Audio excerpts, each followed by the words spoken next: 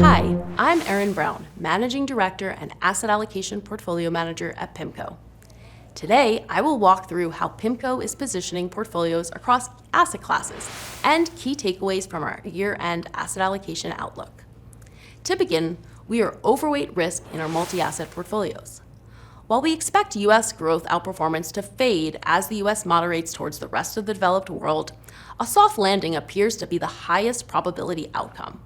However, we view inflation as the biggest risk to our soft landing base case, making hedges to upside inflation especially important for the year ahead. Fixed income has recently resumed its traditional inverse relationship with equities, providing valuable diversification benefits and potential tailwinds for multi-asset strategies. Focusing in on equities, economic growth has been the primary driver of equity returns during rate-cutting cycles. We have a regional preference for the U.S., as historically, U.S. equities have a consistent record of delivering positive returns during soft landings. We also expect that the U.S. equity market to continue to broaden out beyond the Magnificent Seven over the cyclical horizon. We are underweight European equities, as we expect muted corporate earnings, largely resulting from lower relative economic growth and spillover effects from China. Within emerging markets, we are broadly neutral, though we look for select tactical opportunities. Shifting to fixed income, we are constructive on high-quality exposures across rates and credit markets. We are overweight duration given attractive starting yields.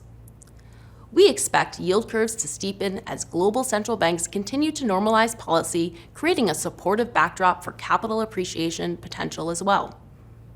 We favor developed ex-US exposures such as the UK and Australian rates and our neutral US nominal rates, though we continue to express a steepening bias in the US amid rising fiscal deficits. We are underweight Japanese duration amid expectations for the BOJ to gradually raise rates despite recent market volatility. Within global credit markets, we prefer high-quality securitized credit like senior non-agency mortgage-backed securities, but are more cautious on corporate credit given historically rich spreads. Turning to real assets, we see opportunities to hedge upside inflation risks. We are overweight inflation-linked bonds, specifically U.S. TIPS, as we believe pricing is attractive for inflation protection, particularly in the 5-year portion of the TIPS curve. We are also overweight REITs, as the Fed rate cuts should lower interest rate costs, providing a boost to earnings in 2025 and offering upside potential. Finally, we are actively positioning across currencies in the current environment. Within developed markets, we are slightly overweight the US dollar, given upside risk from potential fiscal policy outcomes stemming from the result of the US election.